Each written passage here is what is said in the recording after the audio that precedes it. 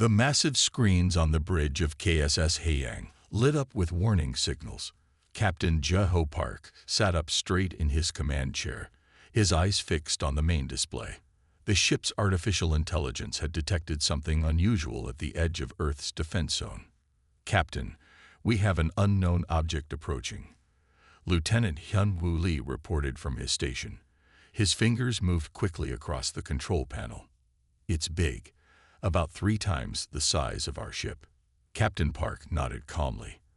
After 15 years in the Korean Space Force, he had learned to stay cool in difficult situations. "Show me the scan results," he ordered.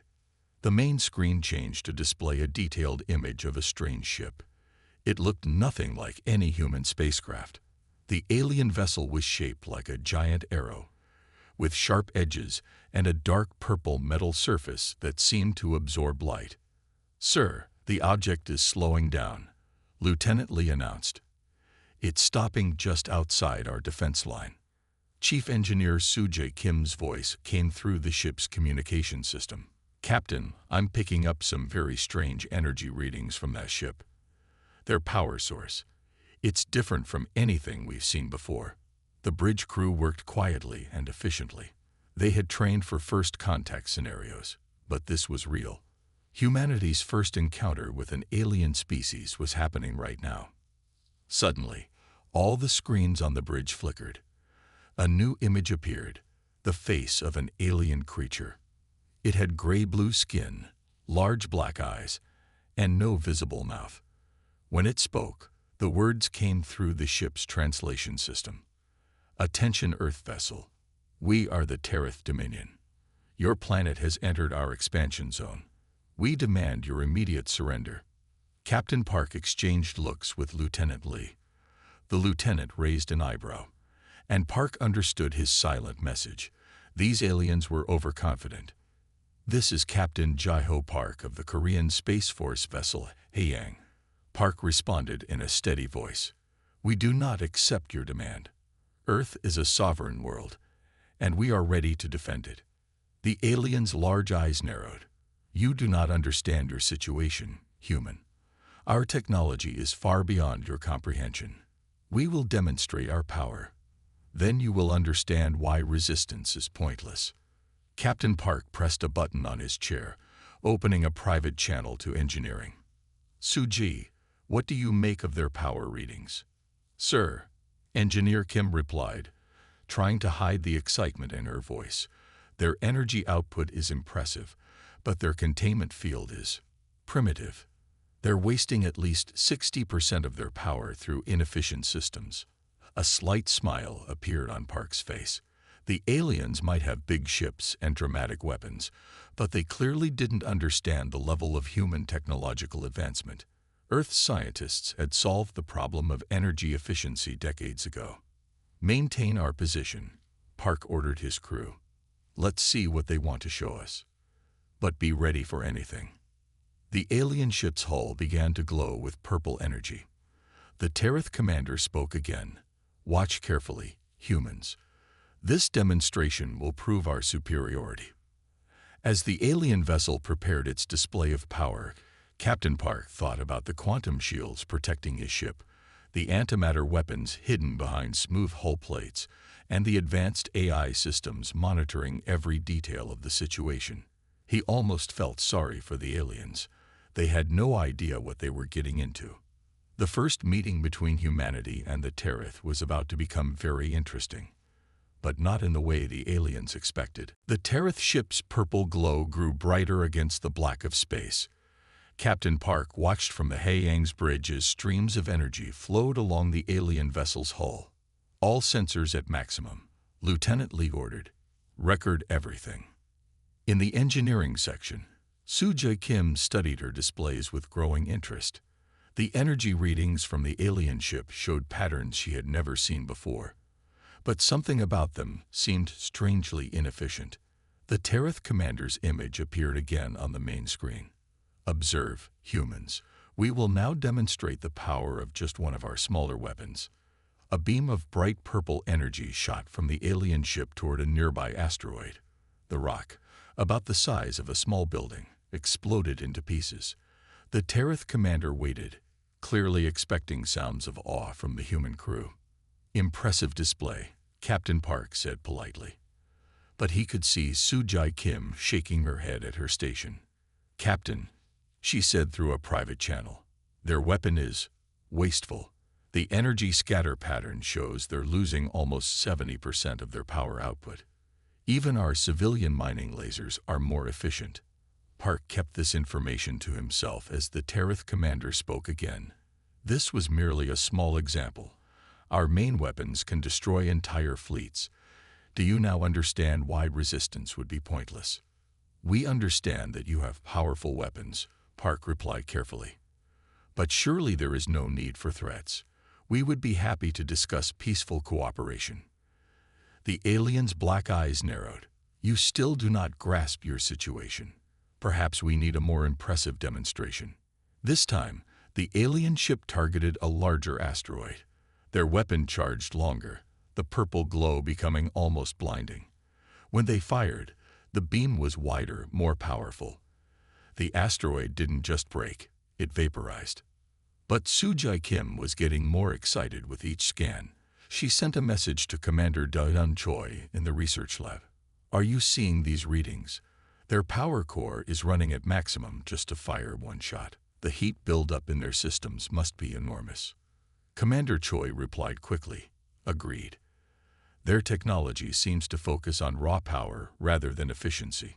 No signs of quantum stabilization or energy recycling systems." On the bridge, Lieutenant Lee leaned close to Captain Park's chair. "Sir, they're burning through their energy reserves quickly. At this rate, they'll need to recharge soon." Park nodded slightly. The aliens were showing off their biggest guns, but to human eyes trained in modern energy physics, they might as well have been children playing with fireworks. "Your weapons are certainly spectacular," Park said to the Tereth commander. "Would you be interested in seeing some of our technology in return?" The alien made a sound that the translator interpreted as laughter. "Your primitive weapons could not compare to ours, but if you wish to demonstrate before surrendering, we will allow it." "Thank you," Park replied. "We'll prepare a small demonstration of our own." As the communication ended, Park contacted Soo-Jae Kim. "What's your analysis, Chief Engineer?" "Their weapons are powerful, sir, but the design is outdated by our standards. They're using brute force where we learned to use precision. Should I prepare a demonstration of our point defense system?" "Yes," Park said with a small smile. "But let's start with something small. We wouldn't want to embarrass our new friends too quickly." The crew of the Haeyang began their preparations. Soon, the Tereth would learn that humanity's understanding of physics and energy management had evolved far beyond simple displays of destructive power. Commander Da-Yeon Choi worked quietly in the Haeyang's research lab, her eyes fixed on the stream of data from the alien ship's weapons demonstration. Around her, advanced holographic displays showed detailed breakdowns of the Tereth technology. "Their energy signature is interesting," she said to Soo-Jae Kim through the ship's communication system.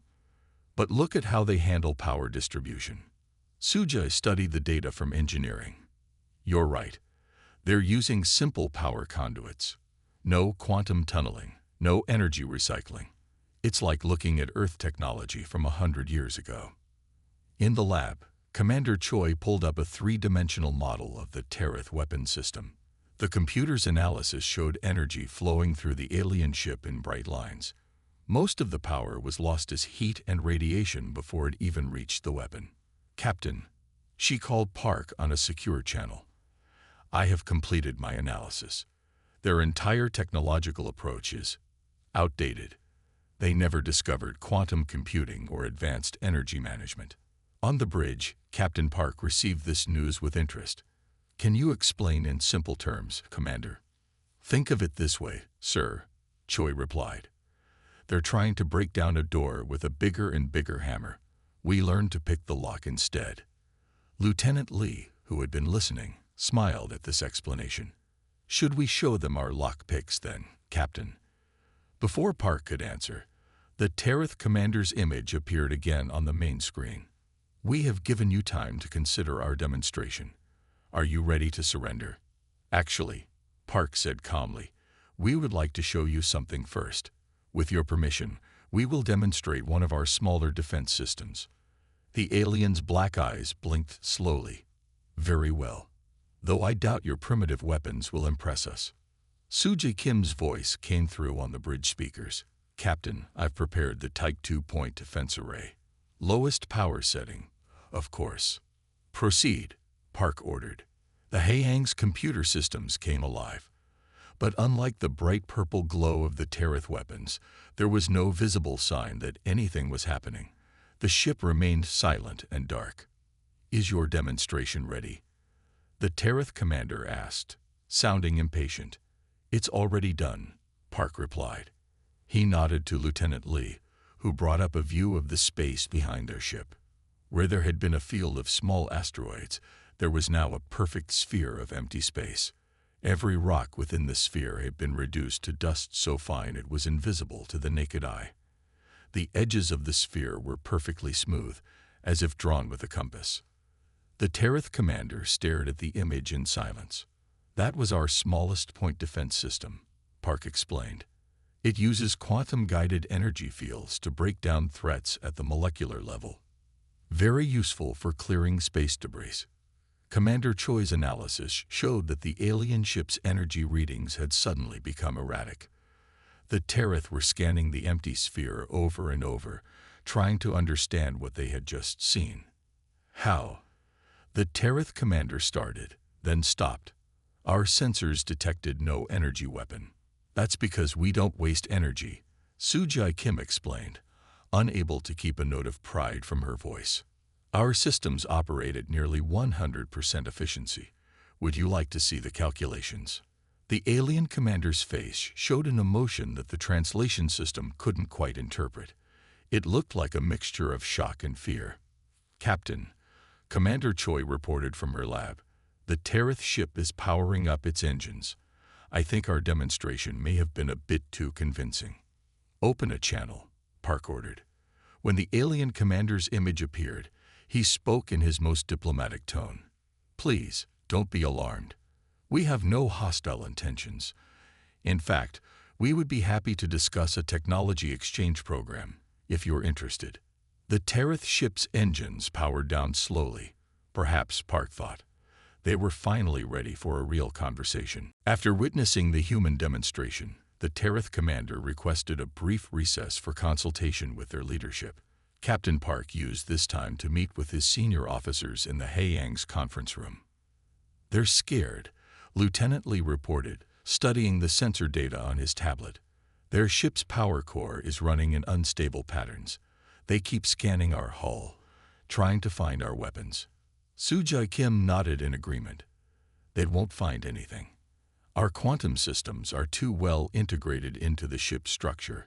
To their scanners, our weapons probably look like standard power conduits. Commander Choi displayed a holographic image of the Tereth vessel in the center of the conference table. Their ship design tells us a lot about their thinking. They believe bigger means better. All their systems are oversized and obvious. Captain Park listened carefully to each officer's report. The situation required careful handling. They needed to show strength without appearing threatening. The ship's AI announced an incoming transmission. The Tereth commander's image appeared on the conference room's main screen. The alien looked different now, less confident, more formal. After consultation with our leadership, the commander said, "We wish to propose a formal weapons comparison. A challenge, if you will. Both ships will demonstrate their most advanced technology." Park glanced at Soo-jae Kim, who gave a slight nod. "We accept your challenge," he replied. "Please specify the parameters." "We will each select 3 weapon systems to demonstrate," the Tereth commander explained. "The tests will measure power, accuracy, and effectiveness." Chief Engineer Kim spoke up. "May I suggest we also measure energy efficiency and system recovery time? These are important factors in modern weapons technology." The alien commander paused before responding. "Agreed. Though our systems may require some time to recharge between demonstrations." "Of course," Park said politely. "We understand." Our systems will operate within whatever time constraints you need. The Tereth commander's eyes narrowed slightly at this response. We will begin in 1 standard hour. Prepare your most impressive weapons. After the transmission ended, Lieutenant Lee turned to Captain Park. Sir, which systems should we demonstrate? Nothing too advanced, Park decided. Let's start with the basic antimatter containment array. Then perhaps the quantum entangled targeting system. And for the third demonstration? Commander Choi asked. Park smiled. Let's show them our automated repair nanites. Not technically a weapon, but I think they'll find it interesting. Soo-jae Kim looked up from her tablet. Sir, the repair nanites. That's one of our simplest technologies. Exactly, Park replied. After seeing our basic systems, they might be more open to peaceful cooperation. Sometimes the best way to make friends is to help them save face. The officers dispersed to prepare their systems. In engineering, Soo-jae Kim checked the antimatter containment fields one last time. The invisible quantum barriers could hold enough energy to power a small city, yet they used less power than the lighting in her office.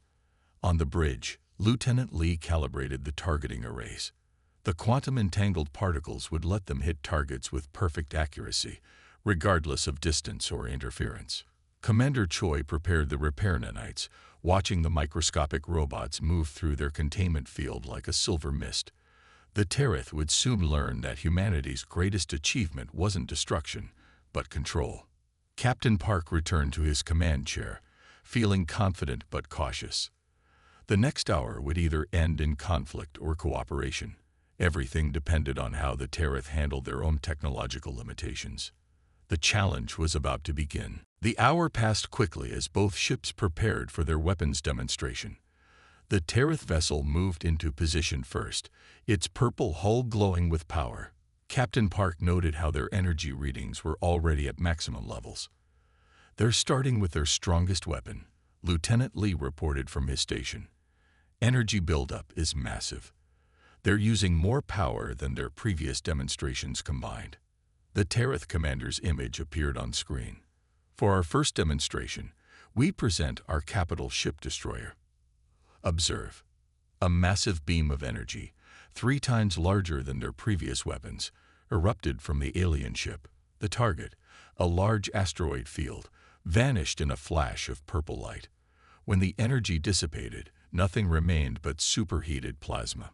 An impressive display, Captain Park said diplomatically. He turned to Soo-jae Kim's station. Engineer Kim, please proceed with our first demonstration. Soo-jae activated the antimatter containment array. There was no flash, no visible beam. A small section of space simply ceased to exist. The void left behind was so perfect that it looked like someone had cut a hole in the fabric of reality. What did you do? The Tereth commander demanded. Their sensors were going wild, trying to understand what had happened. A controlled antimatter reaction. Soo-jae explained calmly. The system uses quantum fields to ensure only the target area is affected. Would you like to see the second demonstration? The alien commander stared at their sensor readings. Our ship's power core is still recharging. We require time before our next demonstration. Of course, Park said. Please proceed when ready. The Tereth's second demonstration involved multiple energy beams firing simultaneously. The display was spectacular, filling space with crisscrossing purple lines that destroyed everything they touched. Lieutenant Lee activated the quantum entangled targeting system in response. Small points of light appeared around the Haeyang, each one marking a piece of debris from the Tereth's attack. In less than a second, every marked object simply disappeared. Perfect accuracy through quantum entanglement, Lee explained. The targeting computer links directly with the particles we want to affect. Distance and interference are irrelevant. The Tereth commander was silent for a long moment. When they spoke again, their voice had lost all its earlier confidence. Perhaps we should reconsider this challenge. Please, Park said gently. Show us your third demonstration. We are genuinely interested in learning about your technology. The alien ship's final display was their most powerful weapon, a sustained energy beam that could burn through capital ship armor. But halfway through the demonstration, their power core overheated. The beam flickered and died. Engineering difficulties. Park asked politely. We could help you analyze the problem. Soo-jae Kim activated the repair nanites. The microscopic robots swarmed out from the Haeyang, forming a silver cloud in space. As everyone watched, the nanites rebuilt the asteroid field that the Tereth had destroyed, creating perfect copies of the original rocks down to the smallest detail. Our repair systems, Kim explained. They can reconstruct almost anything using base matter. Very useful for maintenance and construction. The Tereth commander's large eyes seemed even larger than usual. Your repair technology is more advanced than our weapons. Technology isn't just about destruction, Commander Choi said from her station. It's about control, efficiency, and understanding the basic laws of physics. The silence that followed was profound. The Tereth ship's weapons powered down completely. When their commander spoke again, it was with a very different tone. Perhaps, they said carefully, we should discuss that technology exchange program you mentioned earlier. The Tereth commander requested a brief meeting with their fleet command before proceeding with diplomatic discussions. During this time, Soo-jae Kim continued analyzing the alien ship's technology from her engineering station. Captain, she called to the bridge, their power core is showing unusual patterns. I believe they're preparing something. Captain Park straightened in his command chair. Defensive systems at ready, Lieutenant Lee, but keep them passive. The Tereth ship's hull began to change color, shifting from purple to a deep red. When their commander appeared on screen again, there was a new intensity in their large black eyes. Before we proceed with negotiations, the commander announced, we must show you our actual combat systems. What you saw before were merely our civilian defense weapons. Commander Daeun Choi exchanged glances with Captain Park. The sensor readings didn't support this claim, but they remained silent. The alien ship's hull opened in several places, revealing weapon ports that had been hidden before. Energy began building up in multiple systems simultaneously. Observe our true military technology, the Tereth commander declared. The demonstration that followed was indeed more impressive than before. Multiple weapon systems fired at once, creating complex patterns of destructive energy. Asteroids didn't just explode. They were torn apart at the molecular level. Soo-jae Kim studied her readings with increasing interest. Captain, she reported, their military weapons are using the same basic technology as before. They've just combined multiple systems and increased the power output. Lieutenant Lee nodded in agreement. They're burning through their energy reserves even faster now. Heat levels in their ship are approaching dangerous levels. Captain Park watched the display calmly. When it finished, he spoke in a carefully neutral tone. A remarkable demonstration. Would you like to see how we handle multiple weapon systems? The Tereth commander's confidence wavered slightly. Please proceed. Lieutenant Lee, Park ordered, please demonstrate our standard gravity control system. Lee activated the system without ceremony. Around the Haeyang, space itself seemed to bend. The debris from the Tereth's demonstration began moving in perfect circles, forming a complex orbital pattern around the human ship.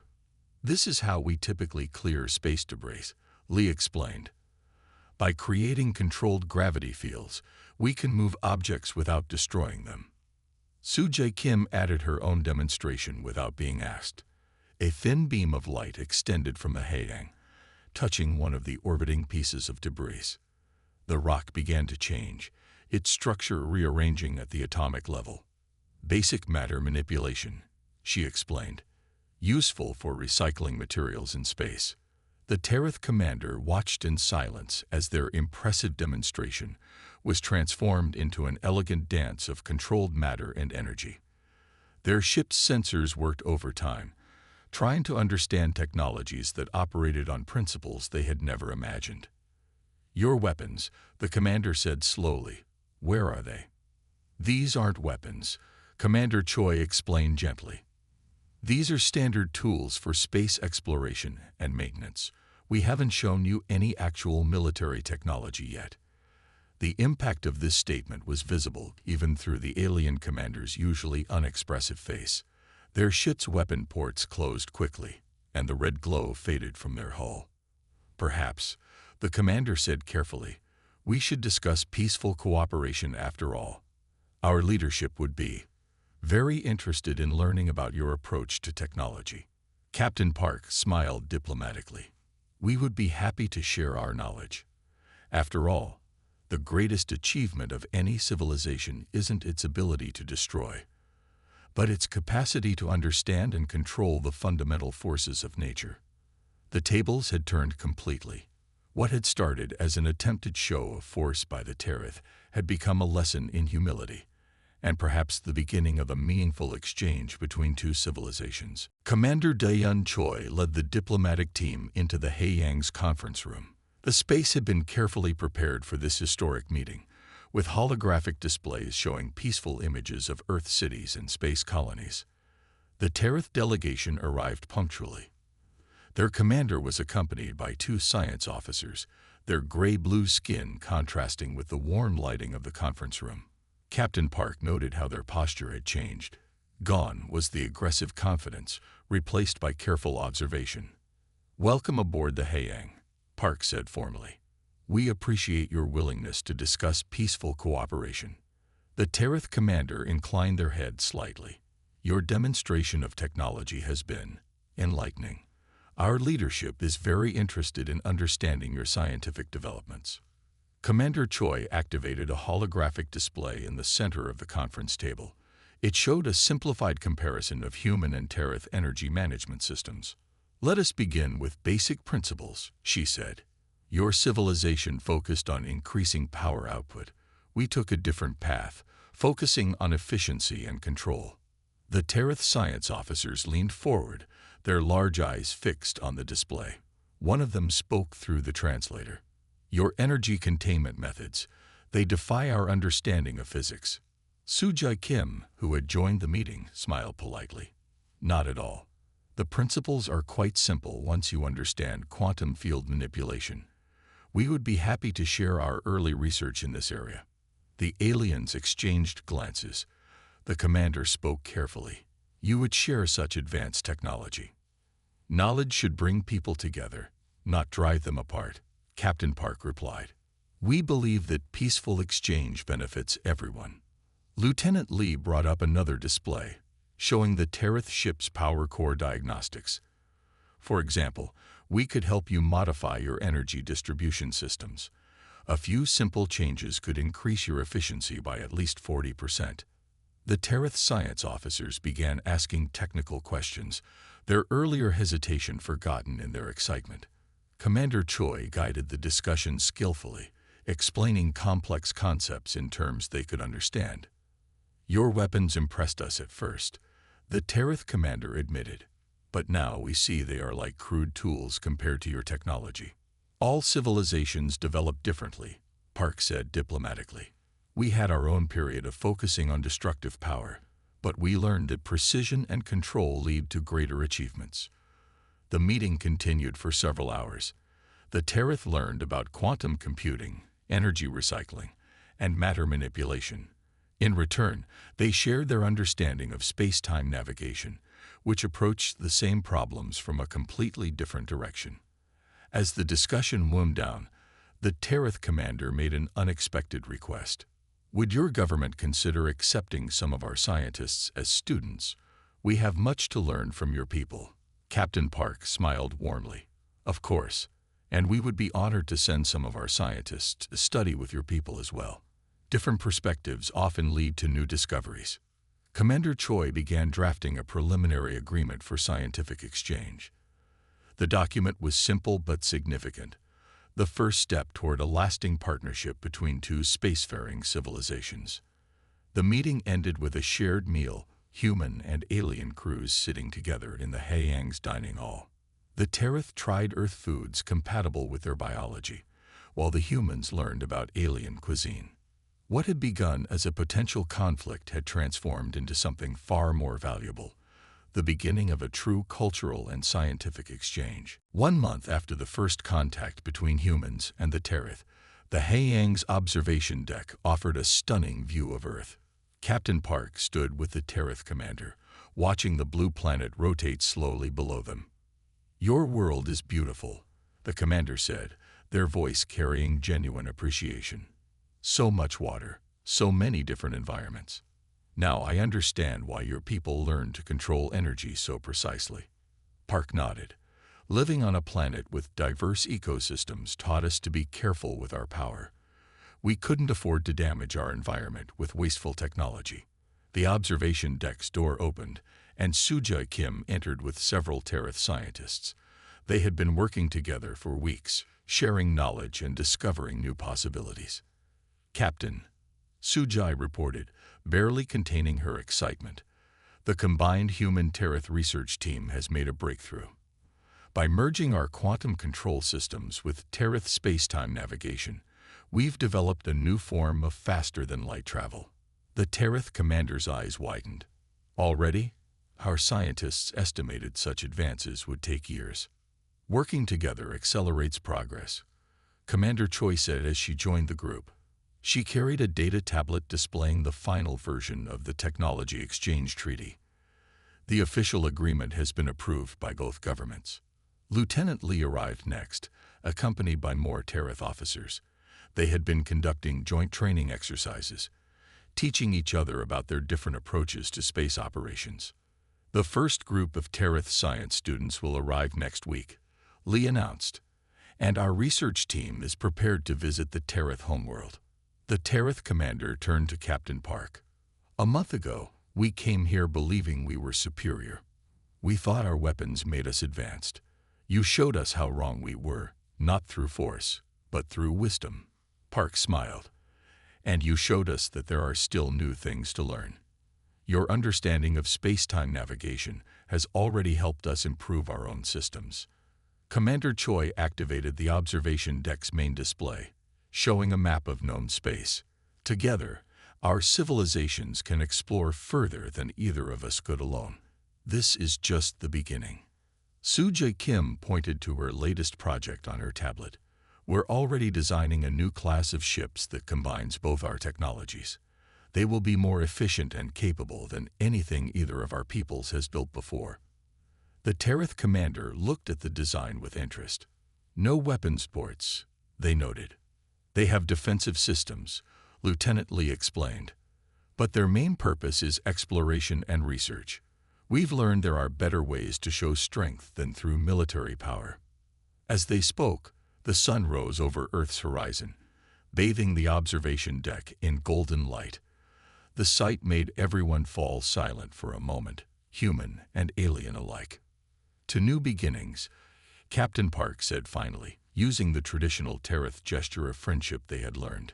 The Tereth commander responded with a human handshake, a gesture that would have been unthinkable just a month ago. What had started as a demonstration of weapons had led to something far more valuable, proof that different civilizations could learn from each other, grow together, and reach for the stars not as competitors, but as friends. The future looked brighter than ever.